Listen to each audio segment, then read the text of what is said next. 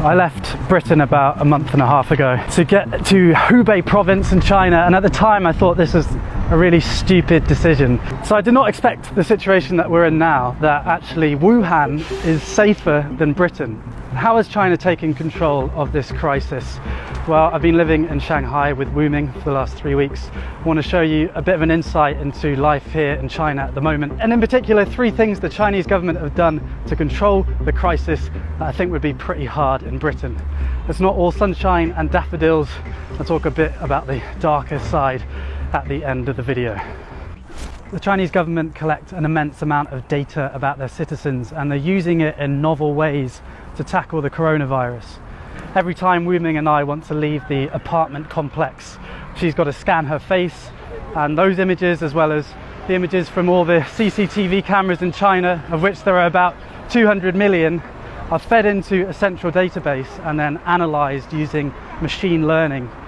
So it means basically if you're in sight of a camera, with about 5 on this crossroads, then it's likely that the Chinese government have analysed your face and know where you are. Another big source of data is the WeChat app. You might have heard of it.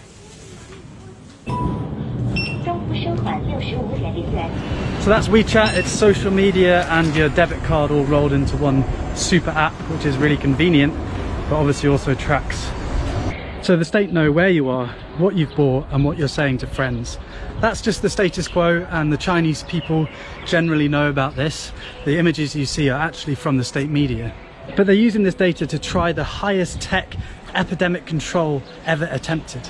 So if you get ill in China and you go to a hospital, the hospital will register with the authorities, and the authorities will pull your name down from this big database. And they have an algorithm that will be able to tell you all the different places that you've been in the last 14 days and all the people that you might have been in contact with. So the bread that you bought with the WeChat app, the baker now will be notified that they have to self-quarantine for 14 days. And the people that you were next to on the flight, they now have to self-quarantine for the next 14 days.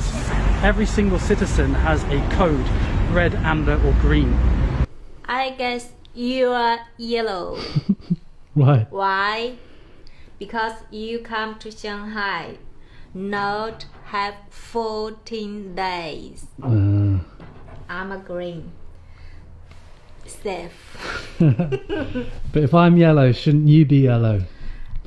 No, just you are yellow. Maybe next week you are green. Good. Some city only green. You can drive car on the road. If you the other colors, you can't drive on the road. Yes. This does seem to be working because you can identify and contain hotspots before they get out of control. And it means that people can continue working if they're not at a risk of contamination, and then self-isolate if they are. We're in Shanghai, which is about 500 kilometers away from Wuhan, and the city's been locked down for months now. I mean, it's beginning to come back to life a bit.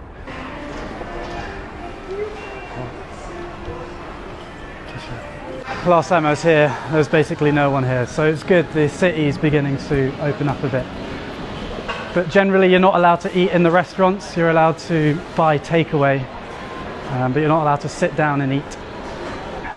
This is Wu Ming's Tai Chi studio. My name is Wu Ming. I'm a Tai Chi teacher. This is my Tai Chi school because virus, so we can't teach our student. I don't know when we can open the door and welcome my student. Maybe next, maybe month.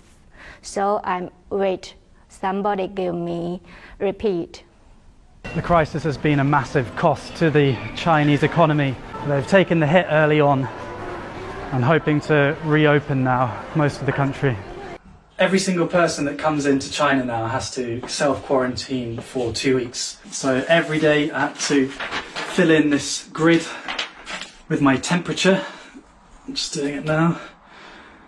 35.7. I don't know if that's low or not, but it's not a fever. and any flight coming into the country is screened.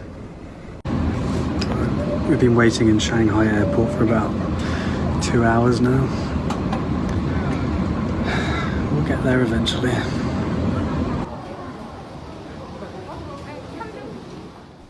Compare that to Britain, where many flights left Italy, the centre of the European outbreak. On arrival, not even temperatures were taken. Controls were even tighter in Wuhan and Hubei, where you basically weren't allowed to leave the house, and you could only drive with a special permit. It's been the most aggressive disease control attempt ever in history. And it does seem to be working, because if people stay at home, the only people they can infect are their families, and then the transmission of the virus stops. So complete lockdown, tracing those with the virus with big data, and the glue that holds it all together is the intense promotion of social solidarity. The government have framed this as a people's war against the virus. There does seem to be a coming together of China. For example, 20,000 medical workers flew into Wuhan to help with the crisis. There's moving images of the doctors, both male and female, having their hair cut because supposedly there isn't time to shower.